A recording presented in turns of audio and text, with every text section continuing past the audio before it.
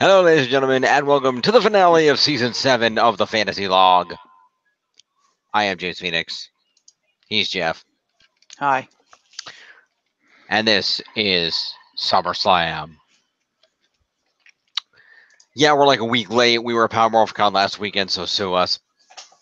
Yeah, we're still catching up, but after we finish with the previous week's stuff, we should be caught up.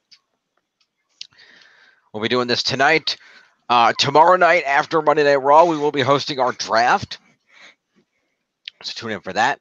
And then on Tuesday, after SmackDown at 205 Live, we will be proceeding to do our scoring for last week's Raw, SmackDown at 205. Yep. Then we should be able to get back to our normal news on Friday and the regular scoring on Saturday without fail. Right. Right. So, yeah. So let's go ahead and for SummerSlam, I have scored half of it. So. Yes, I did the Raw matches. He did the SmackDown and 205 Live matches. Yep. And then we'll be live scoring all the promos and stuff as per the usual. Yeah, we'll do what we got to do.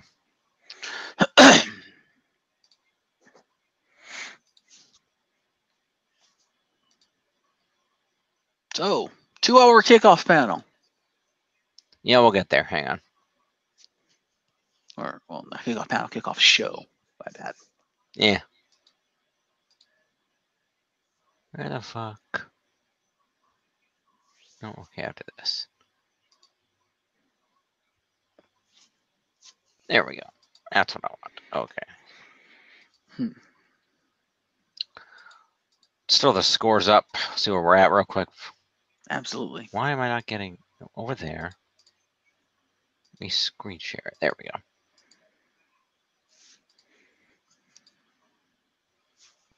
All right, so top of the list is Seth Rollins at 871, followed by Braun Strowman, Mr. Monster in the Bank at 702, Jeff Hardy coming in at 589, Dolph Ziggler, the Intercontinental Champion, at 559, the Big Dog Roman Reigns at 558, Daniel Bryan coming in at 555, Finn Balor at 550, AJ Styles at 518, Drew Gulak at 515, and Curtis Axel at 498, rounding out the top 10. The one half of the Raw Tag Champs there.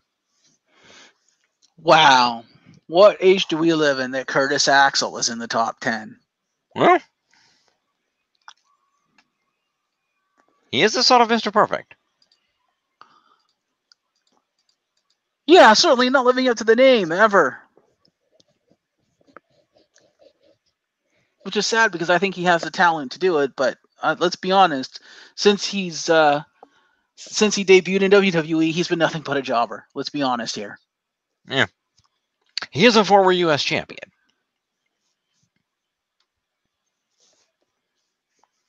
Yeah, so that doesn't mean much. It's an accomplishment. Anyway, let's go ahead and throw these in order here. We'll check out the actual scores, which I should have done first, but that's okay. In the lead going into SummerSlam at 96.89 is the glorious TNA Pro Wrestling Club Originals. At 87.39 is the Woken Warriors. And at 83.61 are the Legit Rowdy Architects. Mm-hmm.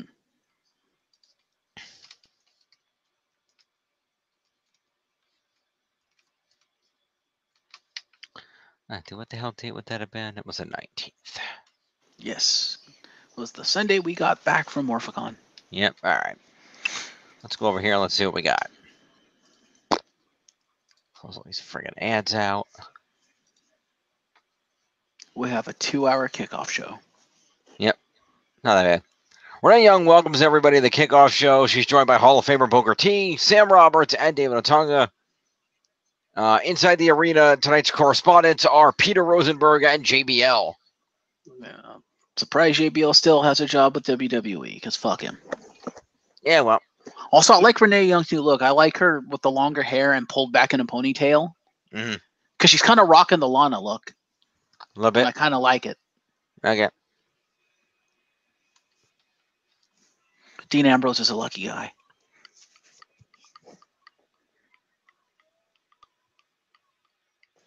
And I don't think you heard what I said.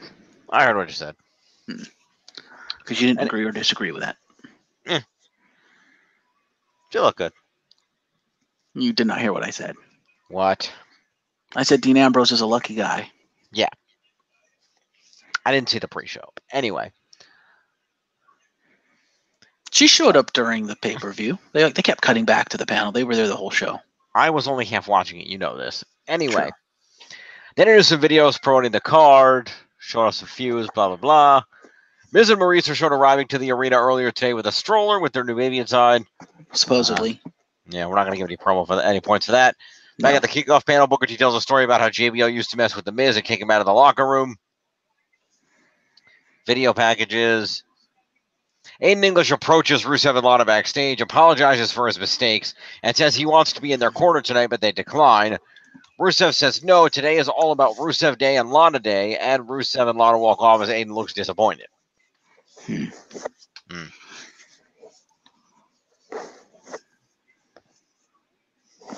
Poor Aiden. Yeah. It's a promo to Rusev Day. Yep.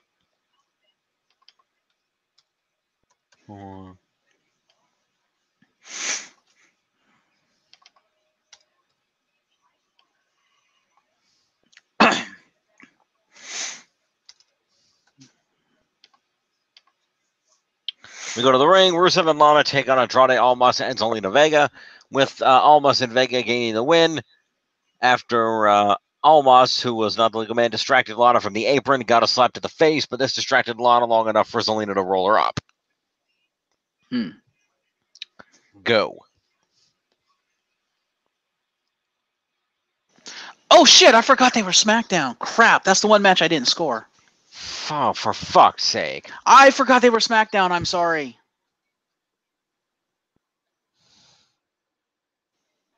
Shit, I just now realized they're SmackDown. I have every other match, but I didn't realize they were SmackDown, so I didn't score that match.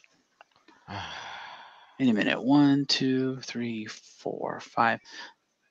So there was 7 SmackDown matches? That's probably the other reason I didn't realize they were SmackDown, because I had counted 6. I didn't count them. I completely forgot about them.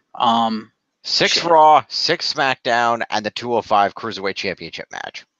Yeah, I missed that. I apologize. I don't normally do SmackDown, so I kind of forget who's on the roster.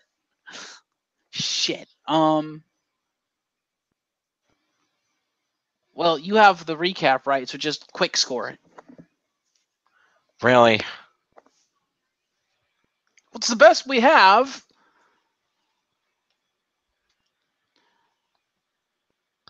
Why don't you quick score it? Because I don't have the recap in front of me. You're the one with the recap. You can look it up, you lazy fuck. Okay, if you really want to sit here and wait for me to look it up, I could do that. Here, I'll just give it to you here. Yeah, it's nothing to do with me being lazy. It has everything to do with the fact that I'd have to actually go look it up. All right, so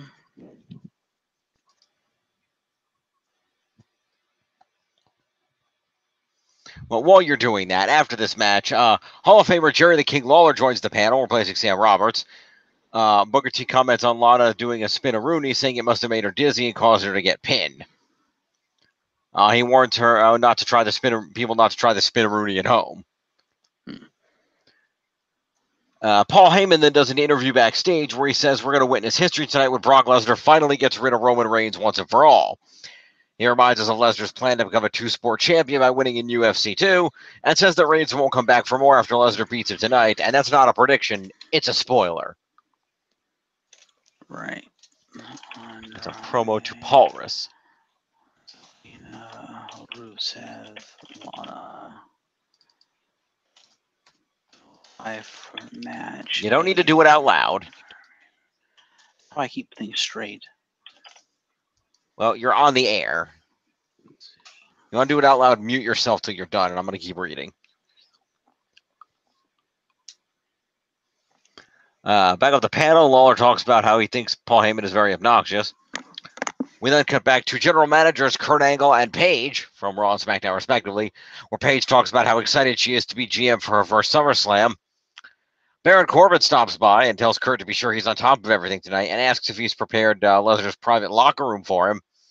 Kurt tells Corbin if he's so concerned to go cut Lesnar's steaks or get his magazines, or maybe prepare him for his match against Maybe prepare for his match against Balor tonight. And Corbin says that he's going to make short work of Balor tonight and walks off. Promo to Constable Corbin.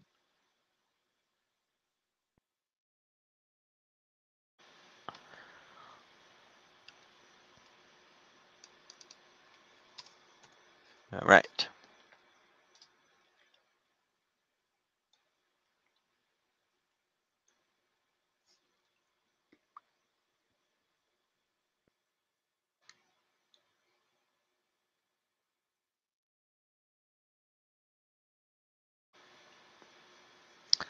Well, next up is the Cruiserweight title match with Drew and Cedric. We're going to get back to that as soon as Jeff is done. So I'll keep skipping over for that for now. We'll go back to that. We go to JBL and Peter Rosenberg on the stage. JBL says the Cruiserweight match made him feel like a kid again watching wrestling in Texas. They give their thoughts on the SmackDown Women's title match tonight. Then throw back to the panel. More video packages. Samoa Joe comes out and joins the kickoff panel via video. He says that he's in full control of every action and calculated move that he makes. And he says that he does not fear retaliation for his words because he has AJ where he wants him and because his words are true, which is why AJ's so mad. He says all he does is spit the truth. Booker T mentions that he's been in the ring with both Joe and AJ, and Joe says that he's in AJ's head and Booker knows it. He says that AJ is an explosive athlete, but Joe knows how to put him down and take his championship. And we go back to JBL and Rosenberg, where JBL says that AJ is this generation's Shawn Michaels. That's a promo to Joe.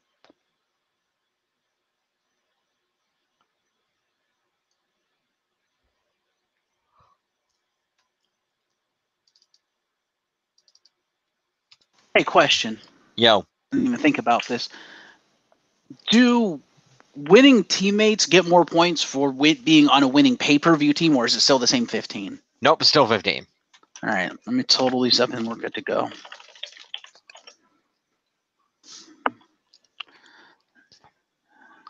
Okay. Wow.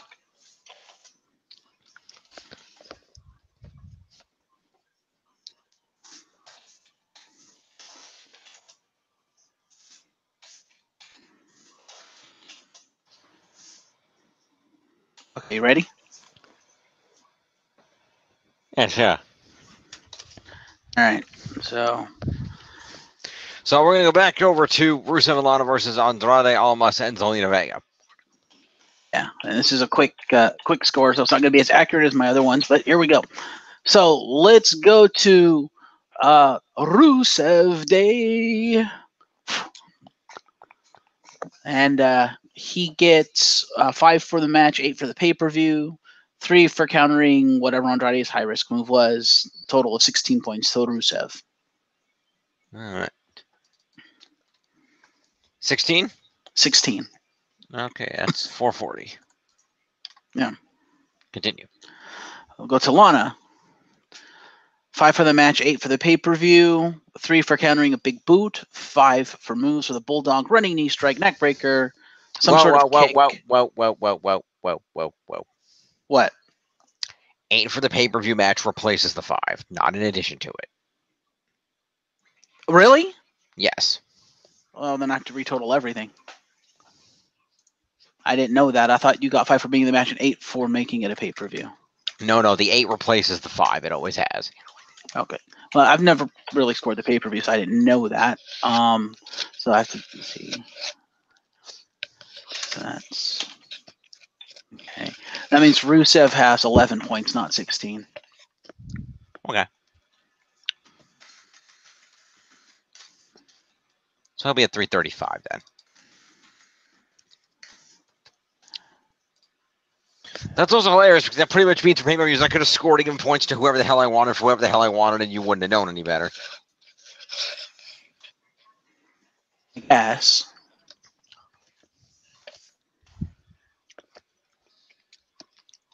Okay. So Lana, again, 8 for the pay-per-view, 3 for countering the big boot, 5 points for moves, bulldog, running knee strike, neck breaker, some sort of kick. I'm assuming a Machka kick of some sort, and a bitch slap for a total of 16 points. All right, so that's going to go to 67,173. All right. Andrade Cien Almas. Yes. So he has 8 for the pay-per-view, 15 for being on the winning team, a total of 23 points to Andrade. Okay. 47, 57, and 3 is 260. All right, and your winners, Lena Vega, 8 for the pay-per-view, 30 for winning, 1 for the big boot, total of 39 points. All right, 39 plus 32 is going to be 69, and 171. Bam. All right. So we did the promos between here, so let's go up to Drew Gulak versus Cedric Alexander for the Cruiserweight title. Fair. Give me 1 sec. I have to rejig the totals because, I gave the 5 points for the match, so. Okay. That's that one, and we'll go to Gulak first since he lost. He did, just for the record. Cedric managed to escape an ankle lock from Gulak, and they grappled on the mat until Cedric got the better and kept him down for 3 off of the traded pin attempts.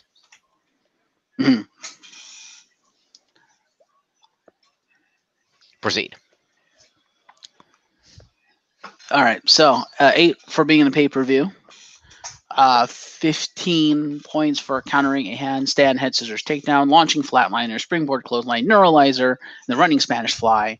And 5 move points for reverse DDT neckbreaker, the Uranage suplex, hangman stretch, the Gulak, and an ankle lock for a total of 28 points to Drew Gulak. That's 38. What's that? 543. All right, and your reigning, defending Cruiserweight champion of the world, Cedric Alexander, the soul of 205 Live.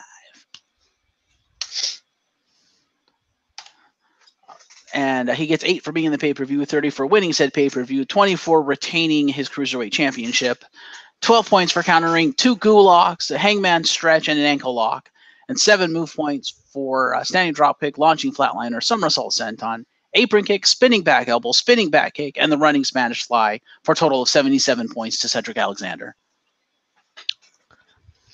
Okay, that's going to be 508.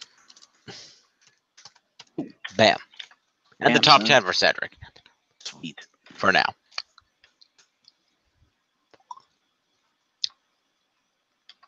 Also, for the record, you don't have to necessarily read out the name of every move or every move that's reversed. Like, I don't do that. Yeah, but I have them listed just to make sure they're legit. I know, it adds unnecessary time. So more stuff in the middle, pros we covered. And we go to the B team defending the Raw Tag Team titles against the Revival. And this is a really short match, and the B team wins. Mm-hmm. Basically, basically, Wilder and Dallas are fighting. Dallas intercepts Wilder and drops him. Dawson rolls Axel up, but the ref gets distracted by Wilder and Dallas fighting. Dallas then falls on top of Axel and Dawson, and Axel reverses the roll-up and pins Dawson for a 3 count. So the Revival will go first. Nash and Dawson each had 1 move. So they're each going to get 8 points for pay-per-view, and 1 move is 9 points each to the Revival. Is 206 for Dash Wilder. And Scott Dawson also going to get 9. We'll be at 195. All right. All right. As for these other gentlemen, as mentioned, Axel got the pinfall on this. So we'll do Bo Dallas first. Bo Dallas is going to get 15 points for being on the winning team, 15 points for retaining the Cruiserweight title is 30, 8 points for being on a pay-per-view is 38, and 1 move is 39 points to Bo Dallas.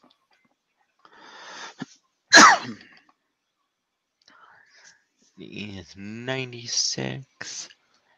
9 is 505. And Curtis Axel will not have any moves, so Curtis Axel is going to get 30 points for winning a pay-per-view match, 15 for retaining the title is 45, and 8 points for actually being in the match is 53 points to Curtis Axel. One is going to put him at 551.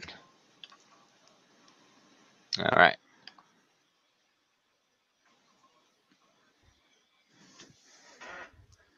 Hey, question. Yo. On a DQ, does the member of the winning team that did not get, hit for the DQ, do they get the 15 win points? Or does the DQ remove those as well as the pure win points? I don't remember what our ruling was on that. I think it removes both. It does? I believe so. That's a lot of points that one act just removes. That's kind of shitty. Well, it's shitty to get yourself or to get somebody else DQ'd. But it's not their fault, though. They didn't intentionally get disqualified. Or they didn't...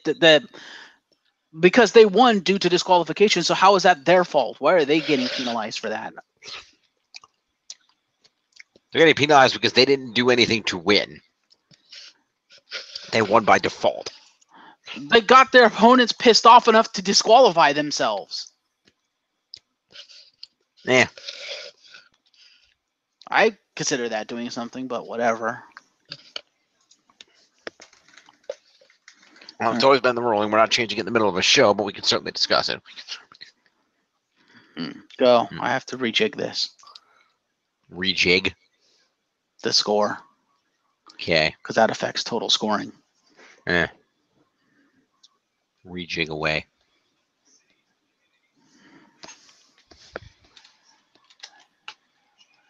All right, so to this, Ronda Rousey is shown arriving in her locker room. Alexa Bliss is shown arriving to the arena and declining an interview on the way in. In the video package, looking at Roman and Brock. Seth the Dean is shown walking a gorilla. And we go to SummerSlam proper.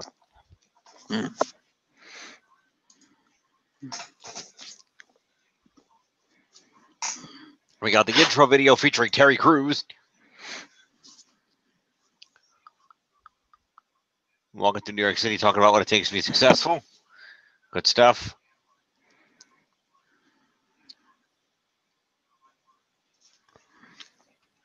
And our opening match is Dolph Ziggler defending the Intercontinental Championship against Seth freaking Rollins. With both Drew McIntyre and Dean Ambrose respectively in tow. Fair. So, this may well have been match of the night. I didn't see it. I didn't watch this match. Neither did I, but it sounds amazing. Fair.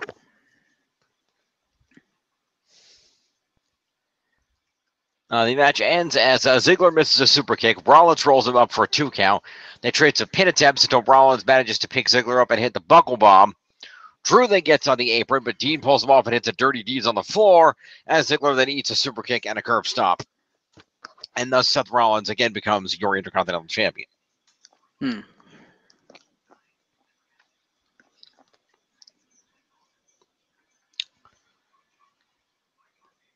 Well, yeah, random fun fact here. Yeah. An interview was held earlier this week, and it was mentioned that, ironically, for last year's SummerSlam, I think it was for SummerSlam. Okay. What's it, SummerSlam? No, because he wouldn't have had that at that point, would he? Could have been less. I think it was for this SummerSlam, and it just didn't come to fruition, maybe, because of what they ended up doing with the belts. Fair. But Jericho actually called Vince. Okay. And he proposed to Vince that they do a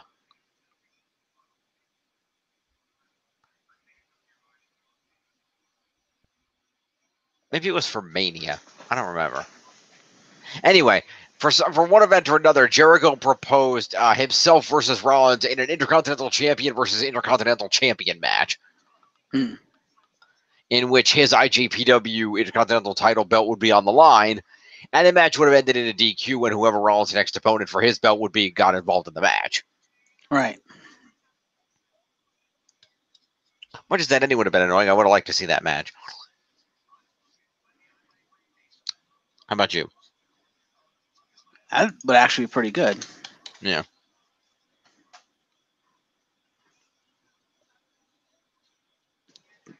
If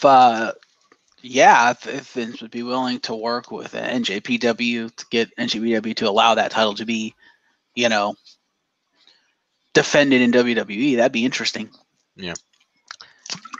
But anyway, so Rollins wins. So let's go through here. So Drew McIntyre didn't do shit except get his ass beat. So Drew McIntyre is going to get 5 accompaniment points and nothing else.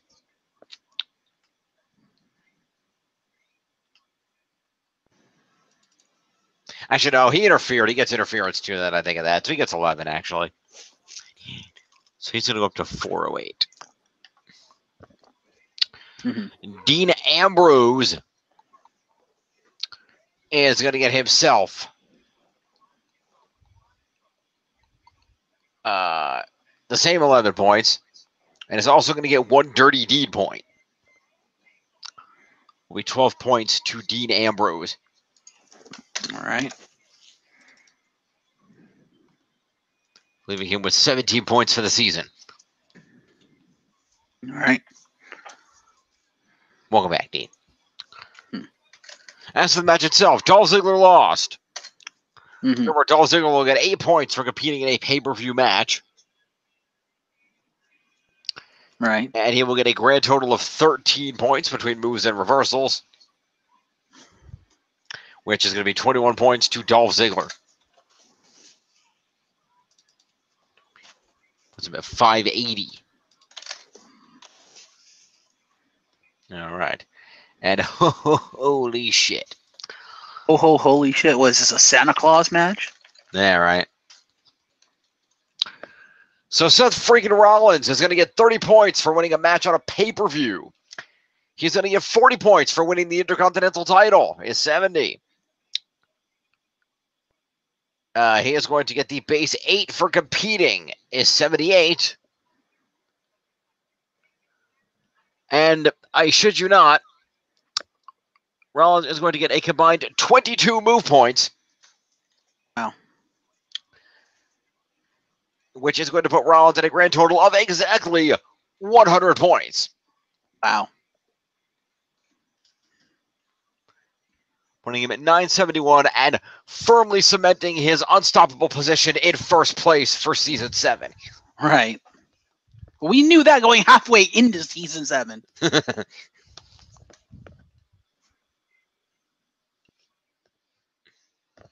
Seth Rollins is on fire. All right. So there you go.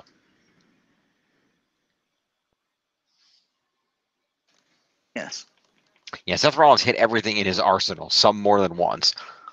And then just reversed everything Ziggler threw at him. That sounds like another match that's coming up. Fair enough. And there's a reason they call him the Phenomenal One. Yeah, we'll get there. Because that match, holy shit. Well, let's keep moving on. We got So Rollins gets his belt, celebrates. Cut to Renee Young, who interviews the Bella Twins in the back. Jessica brings them to SummerSlam, and they say there is so much chance of history tonight. They talk about reality shows and their YouTube channel. They say they're here to have fun and witness Ronda Rousey making history and become the new women's champion. And they talk more about the women's evolution and say they're going to be at ringside for Ronda's match. So promo to Nikki and Brie. Out of nowhere. Brie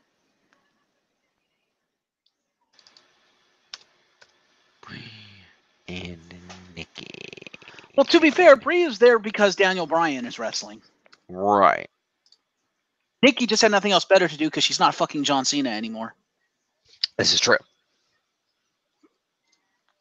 Also, Birdie needs a babysitter. Yeah.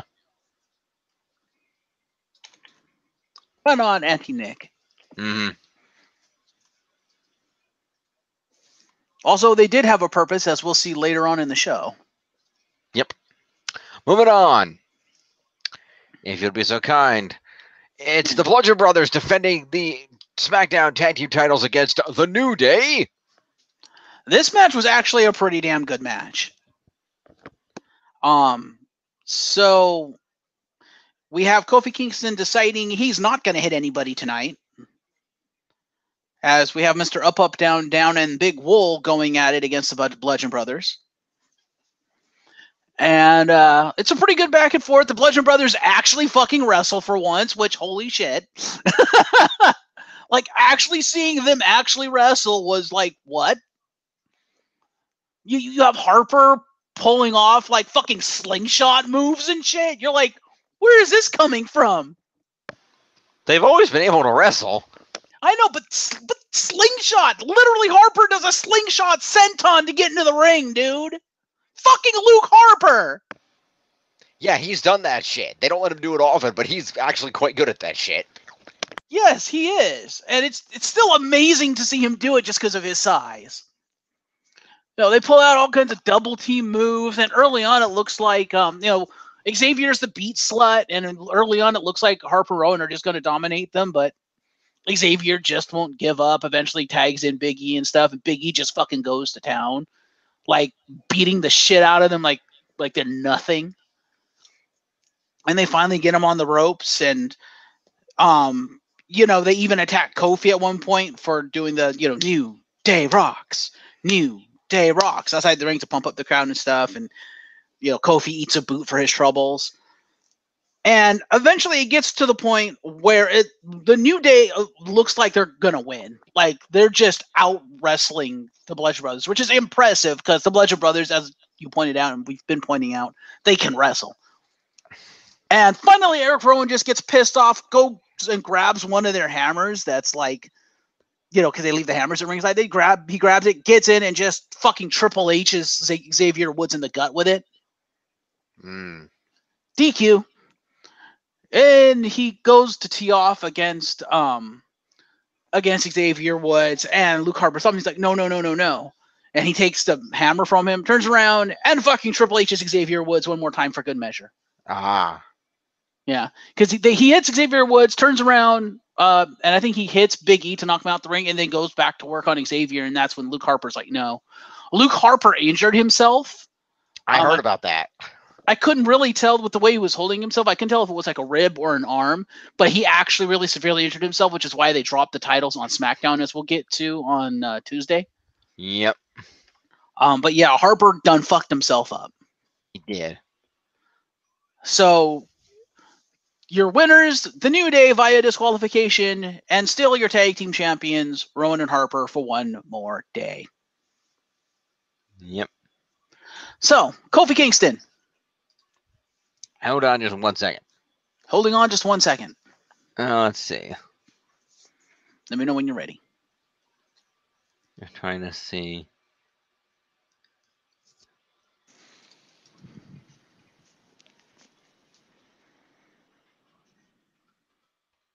Let's see.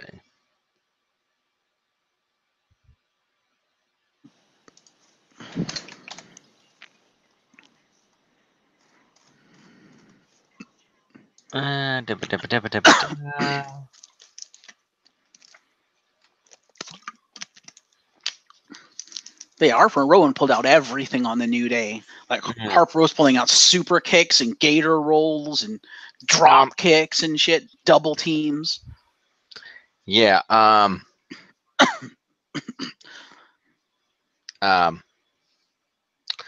It wasn't Harper, it was Rowan. That did what? That got injured. Was it? Because Harper was the one that was like holding himself and looking like he was injured at the end of the match. Oh, according to this one website here, we're told that Rowan was not at the live show in Atlantic City because doctors are evaluating his injury. They said it's some sort of arm injury, possibly an issue with his bicep. Oh, here. And WWE confirms Eric Rowan suffered a torn bicep. Well, there you go. That's weird, because Rowan looked perfectly fucking fine, and Harper was the one that was like, oh my god, I'm Gimpy McGimperton over here. Well, Eric Rowan has a torn bicep, apparently. Okay, then. And they scripted the match in a way to work around Rowan's injury and drop the titles. Fair. A torn bicep could keep him out of action for approximately 6 months. So Wyatt family not going to be up for drafting, Which would mean he will be back in time in February or March, just in time for WrestleMania. I don't know, because there are Eagle articles indicating that Luke Harper really would like a singles career. I think he deserves it. Honestly, I think he's the better wrestler between the two. And in this match, and I don't know when Rowan actually injured himself, but in this match, Harper did more moves than Rowan did. Rowan did mostly power moves, whereas Harper actually wrestled. Right, fair enough. Anyway, points, go. Kofi Kingston. Yes. 5 for accompaniment, 6 for interference, 11 points to Kofi. 340, go. All right. We will go to the losers. We'll go to Mr. Bicep Tear, Eric Rowan. Okay.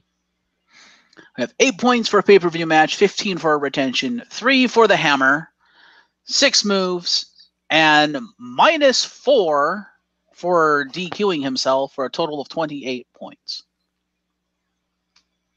Okay, then. Now, Harper doesn't get the DQ -4, right? Because Rowan's the one that hit him? Correct. All right. 28, so that would be, let's see, 48 and 355.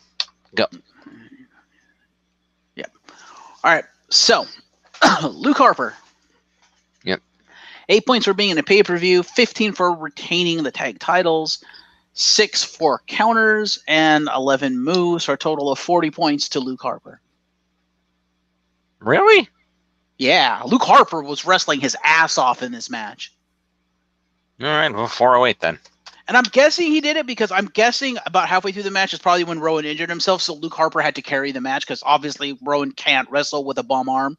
Yeah. Like I said, he did like 2 super kicks, 2 big boosts, that slingshot senton, drop kick, a couple of double teams to carry fucking Rowan. Yeah, Harper was fucking amazing. All right, so you go over to your winners.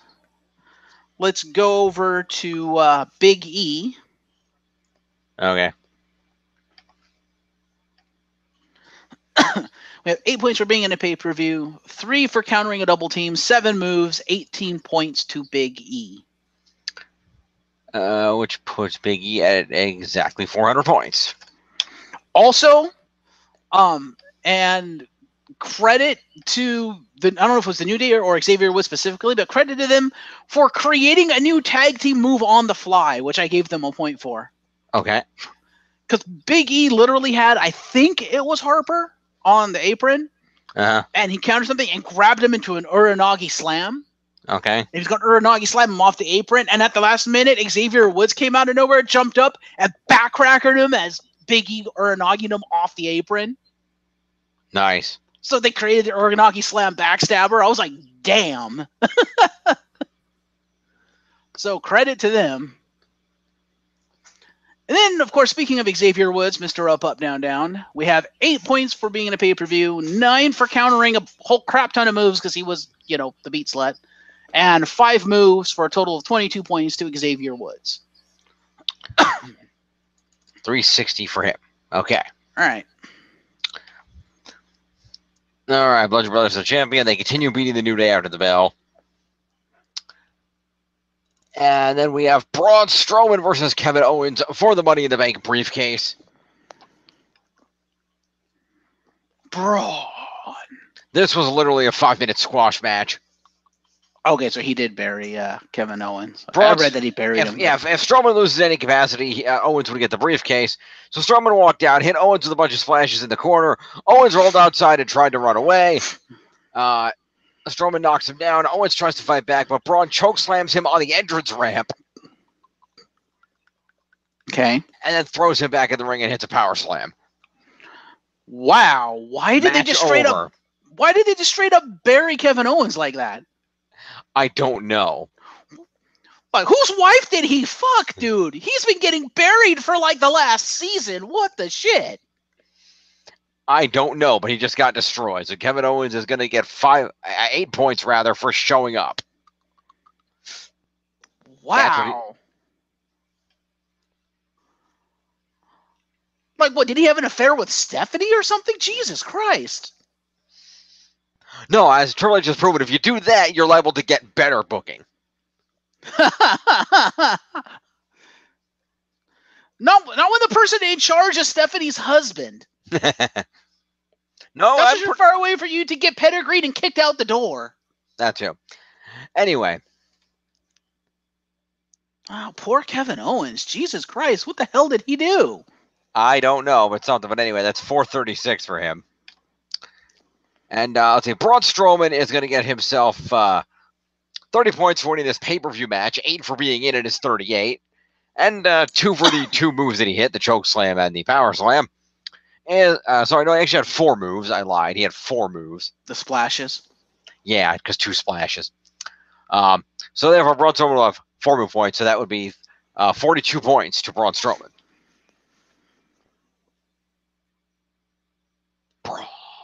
Braun. Which is going to put Braun at a total of 744 for the season.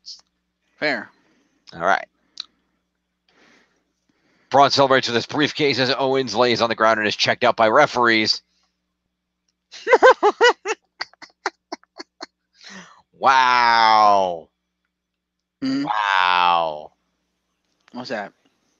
Braun celebrates that destruction with his briefcase as Owens lays on the ground and is checked out by referees.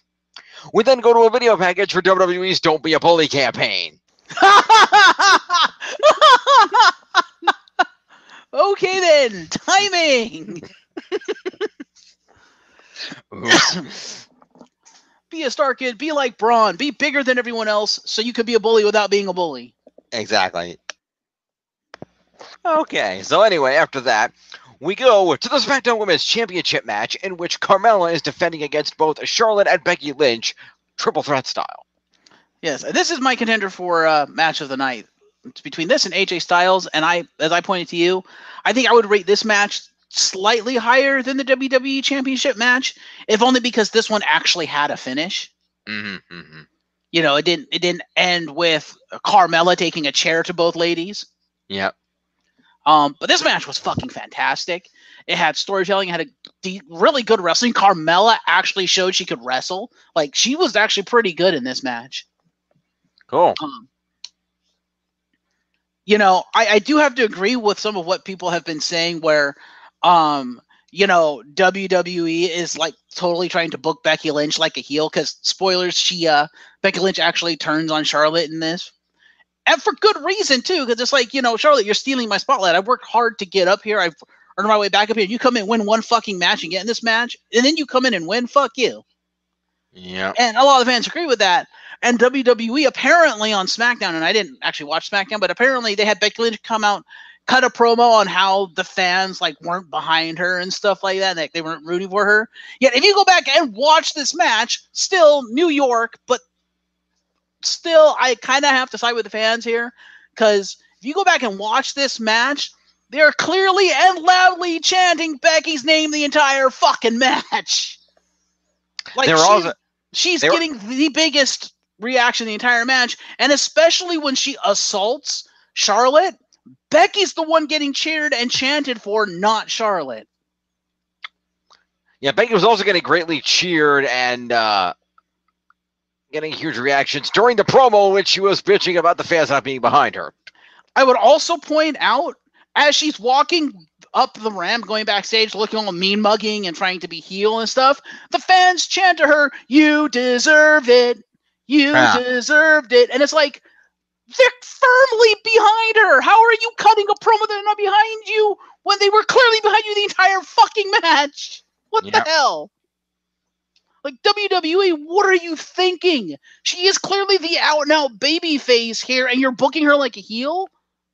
No! That's fucking retarded. Yeah, that won't last long. No, it's not. But anyway, keep the edge to her, because she could be the female Stone Cold at this point. Yeah.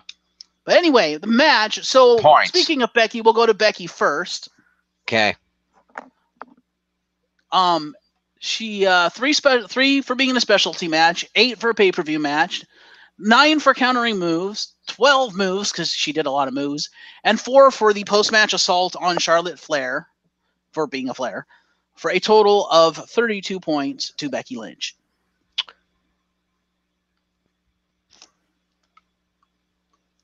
$449.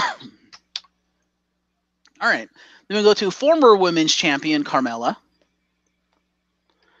3 for being in a specialty match, 8 for being in a pay-per-view, 15 of her counters. Yeah, she was a counter machine.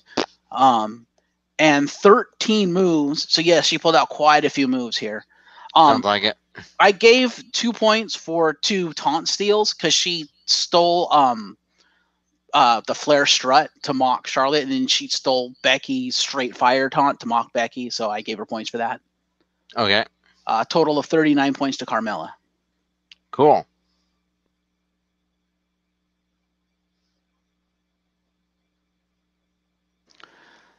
And we'll go to your winner and new SmackDown Women's Champion, Charlotte Flair. Hang on. How much did Carmella have?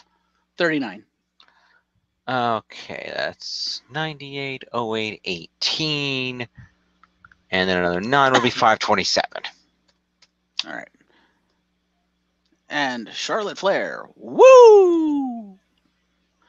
3 for being in a specialty match, 8 for being in a pay-per-view match, 3 for winning the pay-per-view match, 10 for winning the specialty match, 50 for being a new champion, 6 points for countering moves, 9 points for delivering moves, for a total of 116 points to Charlotte Flair. Damn. Yeah. All right, so let's see, 429, 439, and 6 would be 445. Fair. Okay. That was a great match.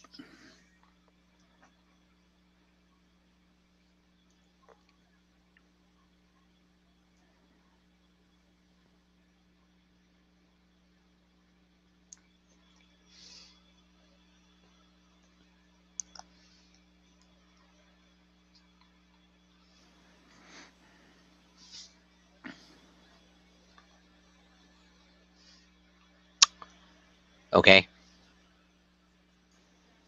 Hello? So moving on. Yeah, I'm waiting for you to move on. No, I'm already. I'm waiting for you to give me the next name. Did we get everybody? It was a triple threat match. I know. I couldn't remember if we got everybody. Yeah, I started with Becky Lynch. Fair enough.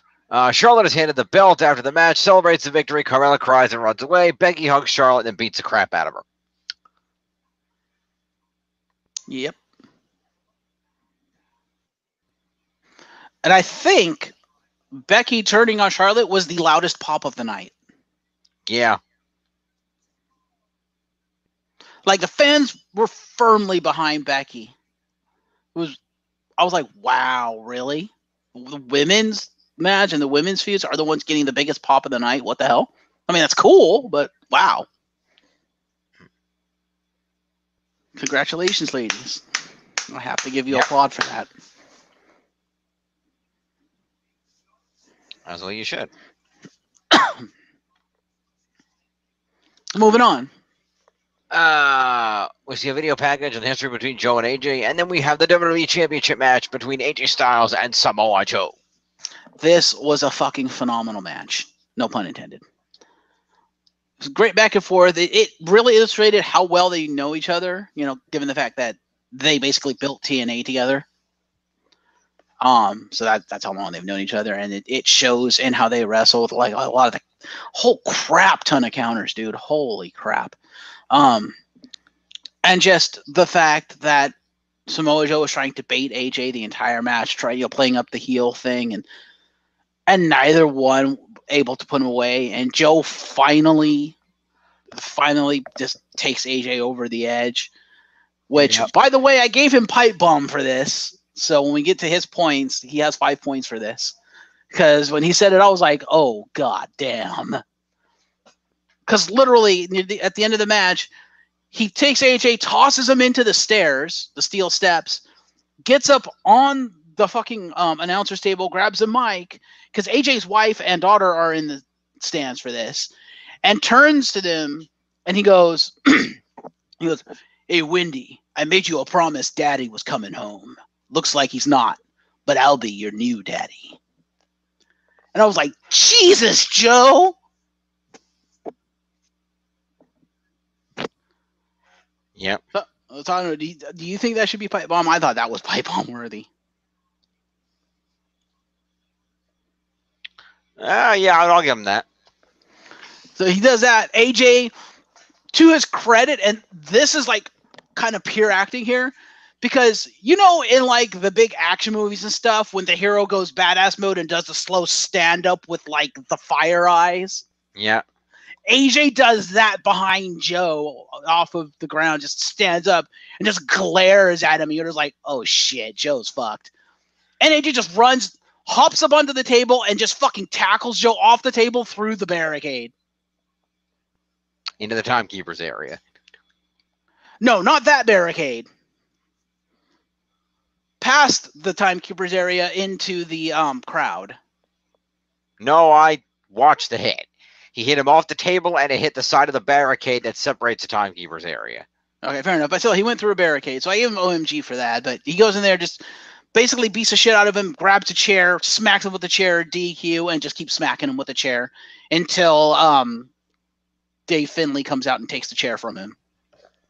Which I'm like, cruel irony. Mr. Shillelagh takes the chair away from him. It's like, really? Come on, dude. And then AJ leaves with his wife and daughter through the crowd.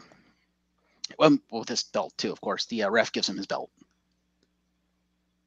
So AJ retains by smacking Joe multiple times with a chair. So that feud is going to continue on. It's a great feud between two guys who really know each other. So yeah, I'm looking forward to this. Mm-hmm. So we will go to AJ Styles, your reigning defending WWE champion. Yep. Waiting for you to scroll. Okay. 8 points for being in a pay-per-view, 25 points for a title retention, 5 for the OMG tackle through the barricade, 3 for foreign object use with the chair, 12 counters and avoidances, 18 moves, 4 for the post-match assault because continued smacking him with the chair, and, among other things, after the bell, and minus 4 for the DQ for a total of 75 points to the phenomenal AJ Styles. All right, at 85 and 8 would be 593. And top 10. All right. And Samoa Joe.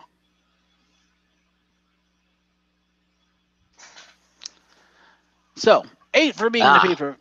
What? Nah, jumped around. So 8 for being in a pay-per-view match. 27 for counters and avoidances. 11 moves. And 5 for the pipe bomb. A total of 51 points to Samoa Joe.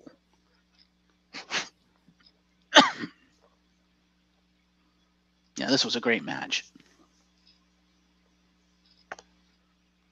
Sounds like it. What was the total on that? 51. All right, well, that would be 408 then. Cool.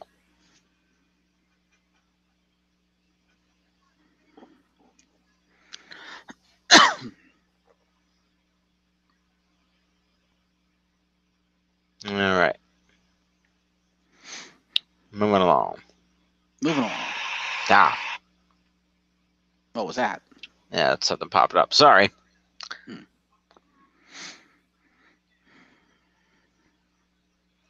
Let's see here. Next up. AJ continues to bash Joe across the back while he's down. AJ hugs his kid, kisses his wife, and then leaves to the crowd with his family. That's what I said. Okay. You don't pay attention to my recaps, do you?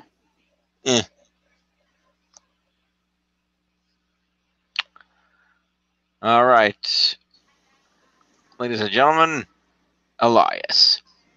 Boom. Hello, my name is Elias. And Elias talks about his new song being the greatest song ever written. He trashes New Yorkers for basically being not good people. Mm-hmm. And he tells everyone to shut up, and he goes to play his song. But as he attempts to do so, the neck of his guitar breaks. That was hilarious. The crowd chants, "You fucked up," and Elias freaks out, kicks over his stool, and leaves.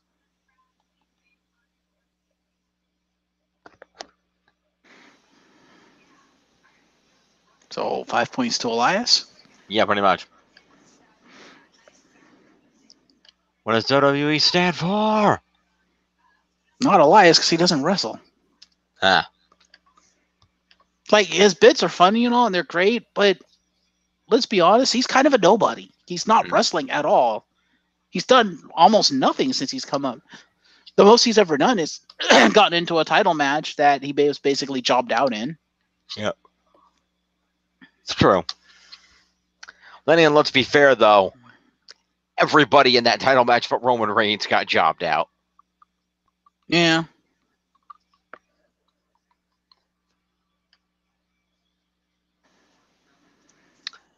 Anyway, we see The Miz walking backstage, and he runs into the B Team.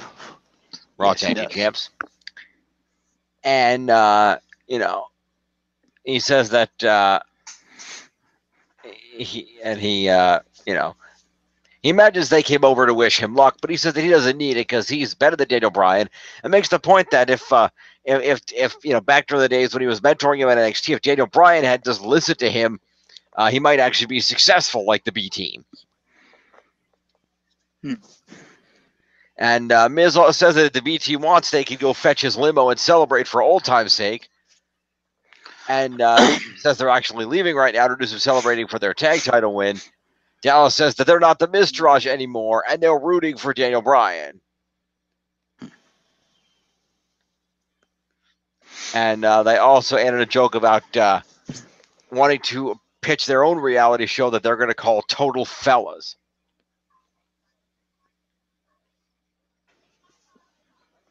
You didn't catch the punchline of the joke. Yeah, but with a B. Yeah. He goes, so it'd be called Total Bellas. It's like, no, Bo, just no. Hmm.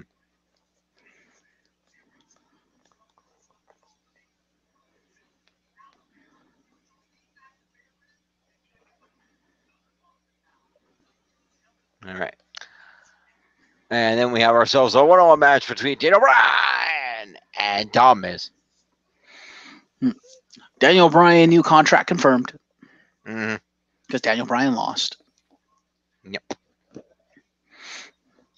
So, Miz and Daniel Bryan go back and forth. It's a pretty good match. The Miz tries to mock Daniel Bryan, pulls out the 8 kicks a lot, pulls out the Danielson special at one point, and just, tries to beat Daniel Bryan. He counters a lot of Daniel Bryan's moves, knowing him so well. So it was actually pretty good on the Miz's part. And Daniel Bryan, of course, again, a lot of counters against the Miz. Counters the Danielson special into one of his own. He counters like a bunch of the 8 kicks. He goes for a lot of yes kicks, a lot of his corner drop kicks, and just a bunch of classic Daniel Bryan moves. And eventually Daniel Bryan loses when he, I can't remember if he drop kicks or otherwise hits Miz, knocks him over to Maurice, who's at ringside. She's sitting there with the baby carriage, which I doubt has the baby in it. And Maurice makes she's checking up on the Miz and stuff, and tickles his own stuff, and then slips something into the Miz's hands. And Daniel Bryan drops kicks him again for good measure, and she yells at Daniel Bryan. And the Miz manages to turn it around Bryan a little bit, but Bryan gets the upper hand, and then he goes into the ring, and he's going to do, I don't know what he was trying to do. He was going to do some sort of diving move at the Miz, and the Miz just kind of grins, and you could see him pull out what Maurice gave him, which was brass knucks, slides it onto his hand, and as Bryan runs out, he spins around and just clocks him in the face with it. And then he slides out the ring and runs back over to Maurice and dumps the brass knucks back to Maurice. Then slides in the ring and pins Daniel Bryan. 1, 2, 3. So Miz won, quote unquote, cleanly. Well, he just punched Daniel through the ropes from the outside of the ring and then handed her the knucks back. Yeah. He didn't actually get in the ring to do it. Fair enough. Yeah, and then he slid it back in the ring or slid in the ring and then pinned him. But so yeah, Daniel Bryan loses, which means he's probably signed a new deal since they're continuing with the feud. Yep. Because I can't imagine them, wanting Daniel Bryan to lose if it's his like final match in WWE. Yep. And given he showed up on SmackDown. Yeah. And there's a new match, Hell in a Cell. He definitely has a new contract. Yep. We'll get to that on Tuesday. Anyway, Maurice. Yes. Is Maurice on? I can't see the thing. Yeah, no, she's not. Scroll. 6 points for interference. For delivery of the brass knucks. Okay. Your loser, Daniel Bryan.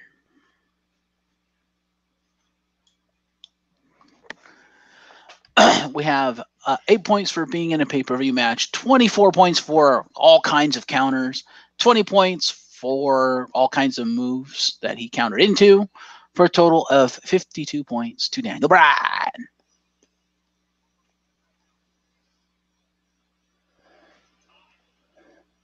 And you're ignoring me. How many? Jesus Christ. 52. Okay. That's, let's see, 607. Then we go up to Damis. You go down to the Miz. Down to Damis. Your winner. Yep. We have 8 points for being in a pay-per-view match, 30 for winning said match, 3 for the brass knucks, 12 for counters, and 8 for moves for a total of 61 points to Damis. How many? 61? 61. Oh, just 61. Okay. Let's see. 60, that's 95. 396. All right. All right. We go to replays. We see Miz using the unidentified foreign object, which may have been brass knuckles. They are brass knuckles. We then go. What they were. Now we then go to Finn Balor versus Baron Corbin. Squash match. Finn Balor's entrance was fucking awesome. Yeah. I love that they had, I don't know if it was a digital display or something, but they had kind of a ceiling display that they used like all night. Cause like when Miz came out, they had like awesome up there and shit. It was kind of when fucking AJ came out, it had phenomenal across the ceiling. It was awesome. Mm. And I love the I love Finn Balor's because you saw this like red swirling demon vortex, and I was like, oh god, he's bringing out the demon. Corbin's fucked. Here's your question. That was a camera effect. That was a camera effect. That wasn't actually in the arena. Nope. Oh, that's disappointing. Because that would have been awesome to see live. To have like the scene just light up with the swirling vortex. That would have been cool. Yeah, all that stuff that you were seeing above there, as far as I know, that was camera. That was just camera affected and a special effect. That's disappointing because WWE's never done non-practical effects like that. Really, they've been doing them for months. Where the hell have you been? Really, because I thought most of the stuff you see is like actually practical done in the ring. Like if you see like the big over the top like set pieces, those are actually set pieces. Anything that's over the ring, they usually have like a. They've gotten into the habit of doing quite a bit of camera effects recently. They've been doing it more and more frequently as they go on. Remember WrestleMania when Asuka came out, her big masks, they were special effects. Oh, really? Yeah, when the New Day has come out with special effect pancakes and shit everywhere. Like they've been doing it quite a bit. Because I thought a lot of that was like practical effects with like big digital boards and stuff. Nope. Wow, that's disappointing. Occasionally it is, but the special camera effects are a lot cheaper. That's really disappointing because that was a fucking awesome effect. Yeah, well, sorry, camera effect. But I still love the entrance. I thought that was cool. Yeah. Also, kind of like the demon makeup. I don't know if you noticed, he came out, he was like Darth Maul this time. Yeah. The Darth Maul demon. I did see that. Yeah, Finn Balor comes out, 3 moves, wins, give him points. Pretty much. All right. Yeah, Corbin did nothing. He shat his pants and rolled over for Finn. Hang on a sec. Hang on a sec. I'll fix that.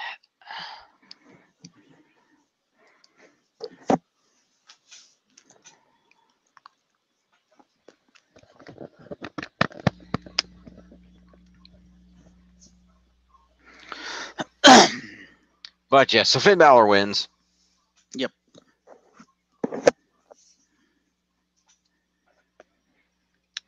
So Baron Corbin is going to get 8 points for showing up. And that's about it. And shitting his pants. Yep.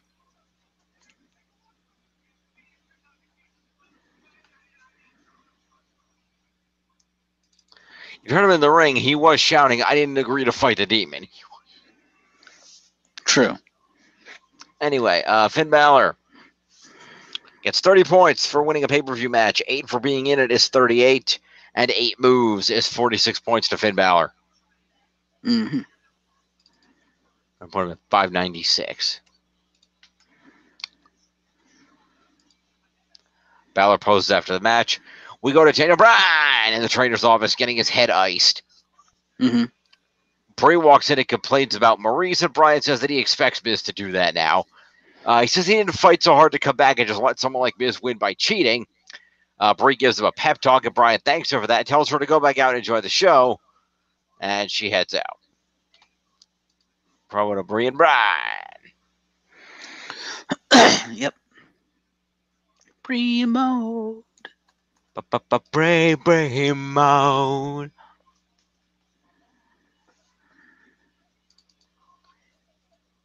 $6.12. All right.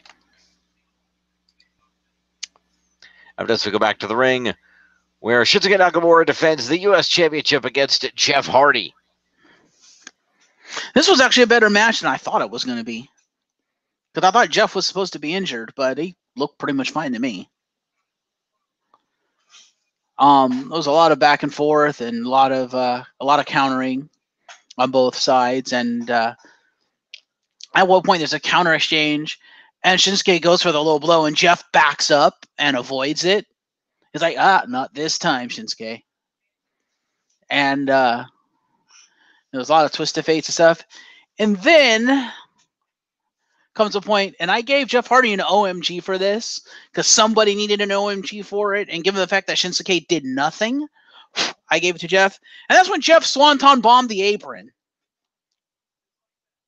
I don't know if you saw that, Jim. And you're ignoring me again.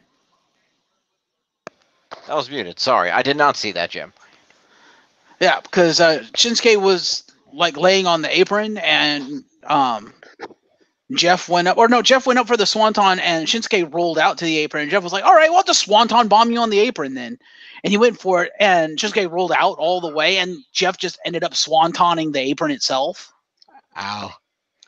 Yeah, he landed spine first on the apron and just kind of bounced off and rolled off, kind of landed out on the ground. And when he did that, I was like, oh, God, because I've never seen him do that before. I was like, oh, God, he just swanton the apron. So since all Shinsuke did was move, I felt he didn't deserve the OMG for that because he didn't do anything, but Jeff swanton the apron. Yep. So, yeah, after that, pretty much Shinsuke picked him apart, basically rolled him into the ring, Kinshasa 1, 2, 3. Yep. But a lot of moves came out from the two of them, and it was a great back and forth. Also, I gave Jeff Hardy a move point for a taunt steal because he stole Shinsuke's "Come on" to get into Shinsuke's head, which I thought was kind of cool. And just seeing Jeff Hardy do that, I was like, that's awesome. Nice. So I give him a point for that. So, your winner and still the United States champion, Shinsuke Nakamura. Yep.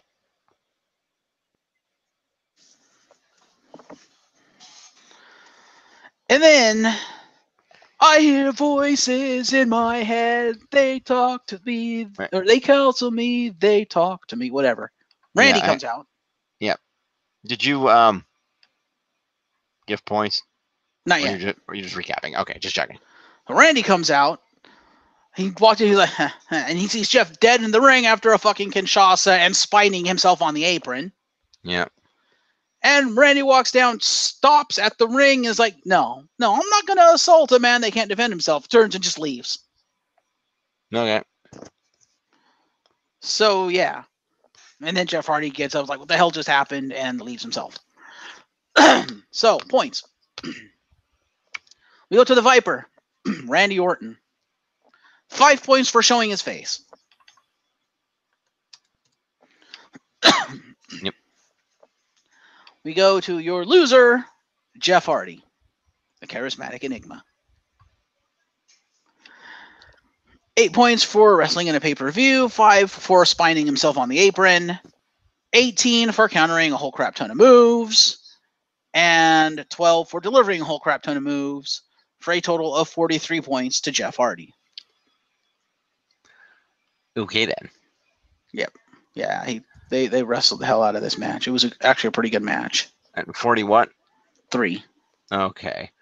So 90, let's see, so basically that would be 23 minus 1, 622 then. Yeah. In all honesty, this is the match I've been waiting to see between Shinsuke and Jeff Hardy. This is the match I've always wanted to see between them. All right, then. That was a great match. And your winner and U.S. champion, Shinsuke Nakamura. You have 8 points for being in a pay-per-view, 30 for winning the match, 24 retaining the title, 18 for countering a whole crap ton of shit, 10 for kicking Jeff Hardy a lot, for a total of 86 points to Shinsuke Nakamura. All right, then.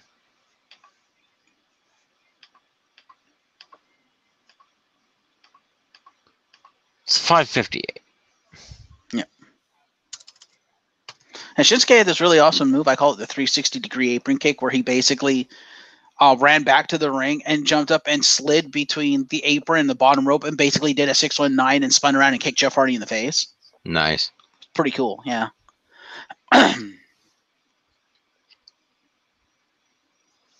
Anyway, that's all the points I have to give, so the rest is all on you.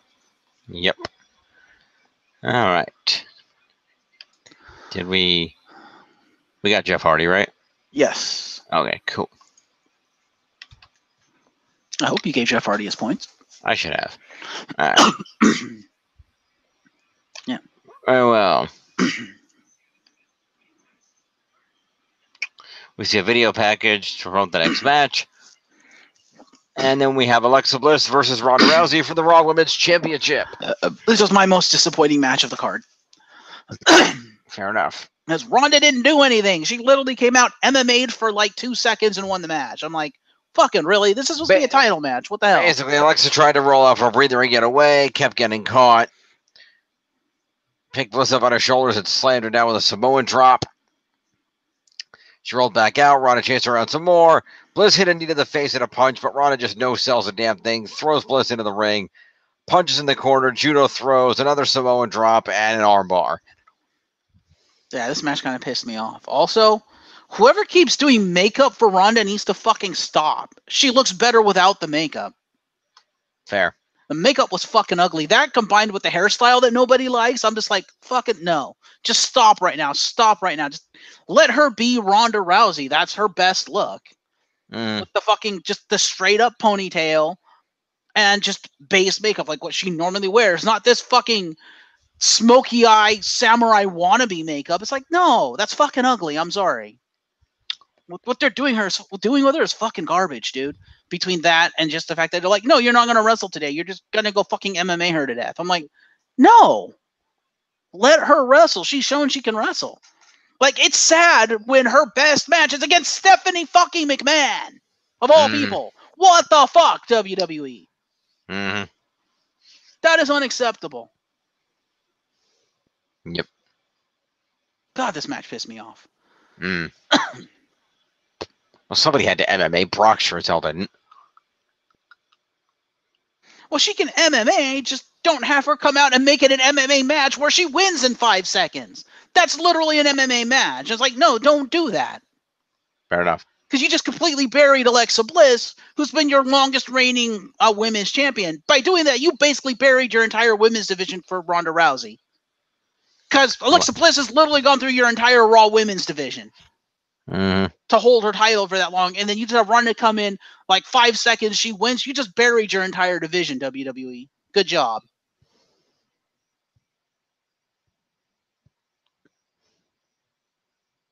My God, this was a travesty of a match. Fair enough. What, you don't agree? Eh. They wanted to put Ronda over. It did what it needed to do. But you could put her over without burying everyone else. Just to have them actually wrestle a match and have Ronda win. You can still even make it a squash match. Just don't make it a 5-second fucking MMA match. That's just bad all around. Like, we all knew Ronda was winning. I expected her to win. I'm fine with her winning, just not like that. Fair enough. Anyway. Natalya gets 5 accompaniment points. She comes out wearing one of her dad's old jackets. Oh, Natalya came out with her? Yep. Missed that. Okay. Yep. That's 332. Alexa Bliss gets 8 points for being in the match. And nothing else. Yeah, they're about. Everybody, yep. 8 points to Alexa. It's 461. And Ronda Rousey gets 30 points. Let's see, Ronda Rousey gets a fuck ton. Jesus. All right. Ronda Rousey gets 50 points for winning the Raw Women's title. 30 for winning a match at a pay-per-view is 80. 8 for competing in the match is 88. And, God damn. And 4 moves is 92 points to Ronda Rousey.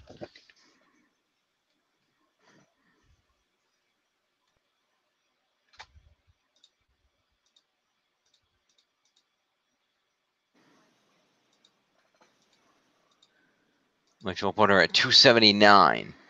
And it makes me sad that Ronda Rousey earned almost as many points as Charlotte, and Charlotte did by far more work. Charlotte actually earned her belt and wrestled in a specialty match.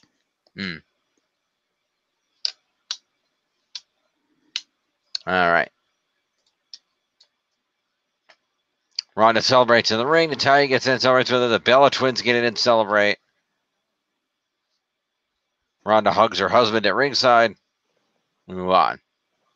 Mm-hmm. We see a video package for the feud between our main event contenders. Some interview clips from Paul Heyman interspliced. Mm-hmm. All right. And then we go to our main event. The big dog, Roman Reigns, taking on the reigning, defending, undisputed Universal Champion, Brock Lesnar. Yeah. However, before these gentlemen can even begin having a match, Braun, who gets in the ring and basically says that he's not some coward who's going to cash in with his opponent's baggage or anything else. He's going to stand right here at ringside, and no matter who wins this match, before the end of this night, somebody is going to get these hands. No, they're not, because you just got jobbed out. Because Braun literally does fucking nothing.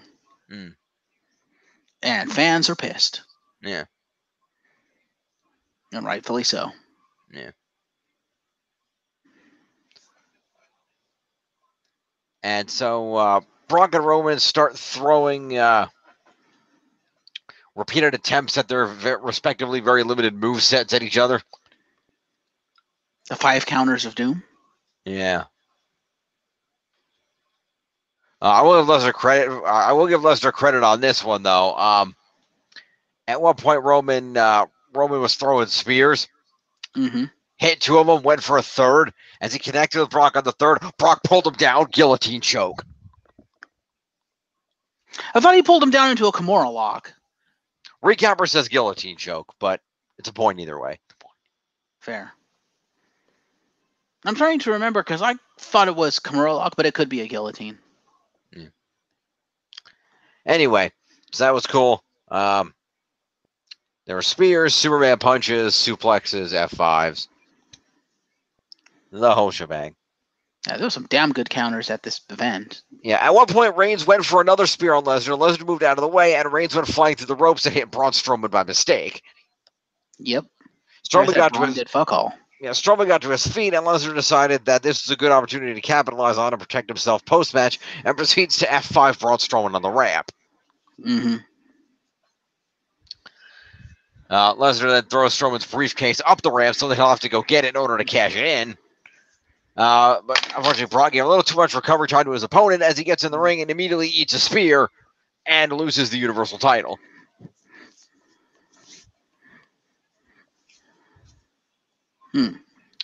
Thus, your new Universal Champion, the big dog, Roman Reigns.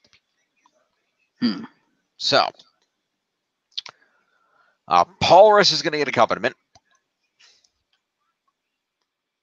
because he was there. Braun Strowman is going to get some interference and a pre-match promo. Fair. So that's going to be 10 points to Braun. Put him at 754. Brock Lesnar is going to get 8 points for being in a pay-per-view match. He is going to get 4 points for being in the main event. Is 12. And another 12 move points is 24 points to Brock. There you go. Just going to put Brock at 130 for the season. And finally, the big dog, Roman Reigns.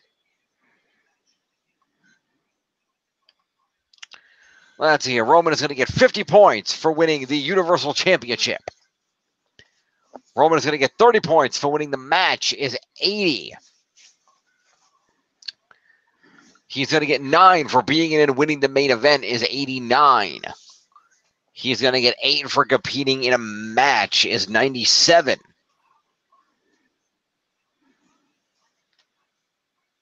And 11 move points is 98. And another 10 is going to be 108 points to Roman Reigns. Oh, Charlotte had the highest point total for the evening. Interesting. 658, and then another 8. Oh, dear God. Hang on a minute. You said 108. Yeah, how many had Roman? I said Roman had 108, right? Yeah. Are we still there? Yeah. Hello? That was weird. What? Because my power just spiked at my house. So everything just shut off and came back on. Okay, then. I'm surprised it didn't cut the call and everything. And 108 plus 58. Wow! Oh, my God. Holy shit. What? Oh, my. That's just prophetic. What? Wow. Wow. What? So, I don't know if that's prophetic or not, that it finally happened. Okay. And so thus, we had SummerSlam, and Roman Reigns ends our season with 666 points.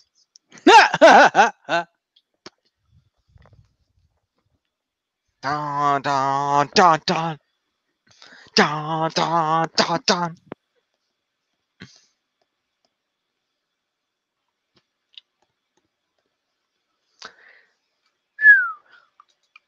Alrighty then. Well, that's SummerSlam. Roman celebrates, holds the belt in Heyman's face, and we end our Papava. So let's see where we land for the season. To the scores. Indeed. Sorry about that. I had to walk away for a minute to check on some shit since, I had the power surge for some reason. All right. Well, your Season 7 final scores are... Jesus! Your grand winner, the glorious Teenage Brosco Club Originals, with an all-time Fantasy League record of 10,286 points. Honestly, was not expecting that. Holy shit! In second place, just about 1,000 points behind, actually, is the Wogan Warriors at 9,087. And rounding out the top 10, and only behind by about 100 points. She just about caught up with you. Good Lord. Is the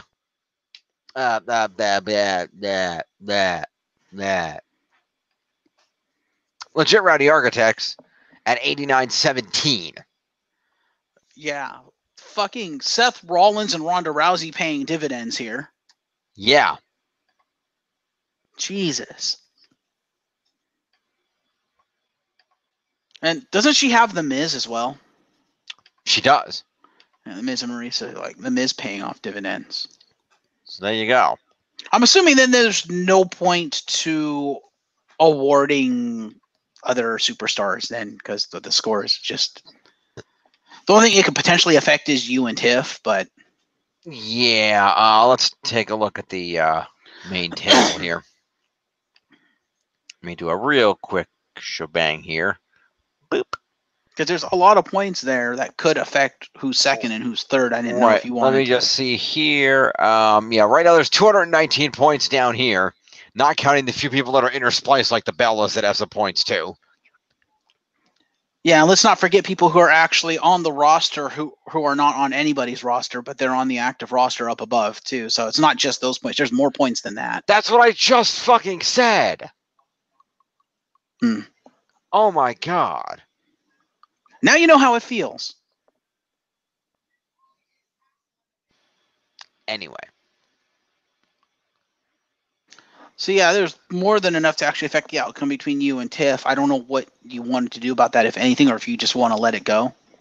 I think given that the majority of these people are probably not going to show up next season, I'm not going to add them to the roster just to remove them. How about the people up above that are in fact part of the roster, like Noam Dar, who is actually back? Yeah, not enough points to make a difference. I'm not going to worry about it. Fair enough. Hang on, scroll up for a sec. Into the middle. Stop. Can you scroll down one tick? Okay, he is on the roster. Actually, that is enough points to make a difference. Leo Rush has 211 points this season. That's true. And Noam Dar probably has at least 100-something points. 86. That was close. Like I said, I don't know what you guys want to do with that. If anything, I leave that between the two of you because that affects the two of you. I'm fine with whatever decision you have on that, but because like Noam Dar and Leo Rush definitely have a lot of points, and they are active roster because they're not going anywhere. All right, well, let's see here.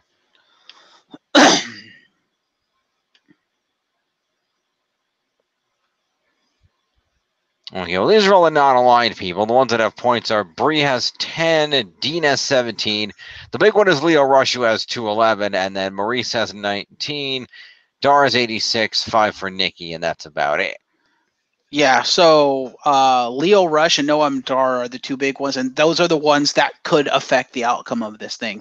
Because if she ends up with Noam Dar or with Leo Rush, she beats you. You can't. I don't think you could catch up with that, even if you have Noam Dar. No, I can't, because I'm 100 points ahead as it is. That would basically even us almost if I had Noam and she had Leo. Fair. But, yeah.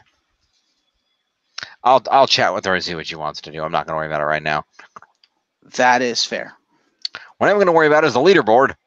Absolutely. And absolutely dominating at the top of the leaderboards is your Intercontinental Champion, Seth freaking Rollins, at 971 points.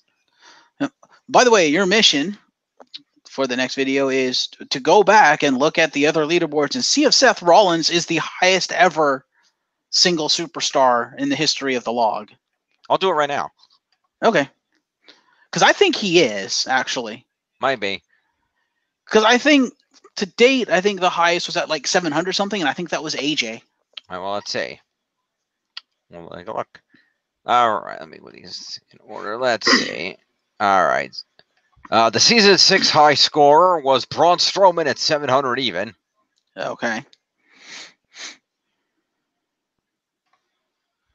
And season 5 topped out with Enzo Amore at 763. Yeah, by all rights, he should be the top one, but he went and got himself fired. Yep. Let's see. Season 4. Season 4 topped out with AJ Styles at 823 points. Fair. Yeah, I think he was the highest. I think Seth is now the top. Let's see. Season 3 topped out at 473 with Neville. Season 2. Whoa. How many points did Neville have? I closed it. Hang on. 473. All right. And then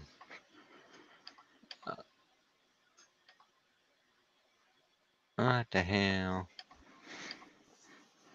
Yeah, because I think AJ, the season he got that 800 points was the longest season we've had.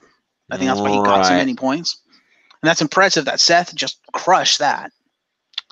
I apparently don't have numbers for season 2. There's no numbers in this document. Fair. I apparently don't know what the hell the season 2 scores were. Sorry about that, Season folks. 1 and 2 were sufficiently low enough, and we were figuring out the scoring. You know why? Because it's the wrong document. Because I need the John edit for that season. That was the first year we did this. The first year that John gave us the functional table. All right. That was season 2 ended in a tie between Kevin Owens and Rich Swann, who both had 557 points. Okay. And season 1 capped out with Kevin Owens at 767. Fair. So yeah, Seth Rollins is the all-time highest now for a single season, the all-time highest scoring superstar. Yeah, that's insane.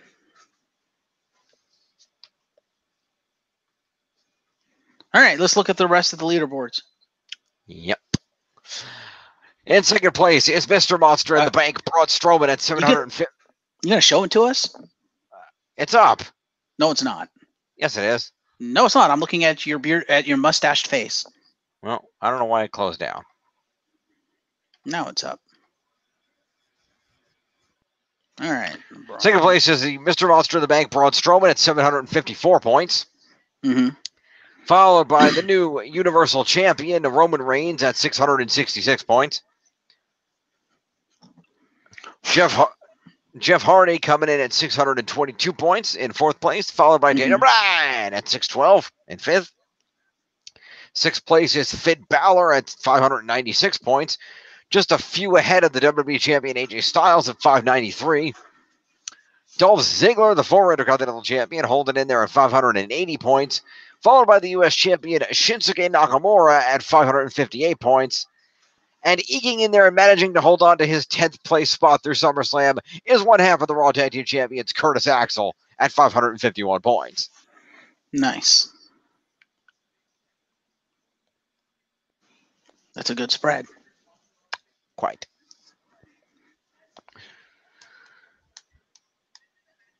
All right. All right. Save that. This has been the SummerSlam, folks. This has been Season 7, folks. That too. Stay tuned. We will, of course, see you tomorrow for the draft. We're going to shake things up again. And then we will have our first scoring on Tuesday. Should be fun. Means we're going to be naming our teams live, folks. We are.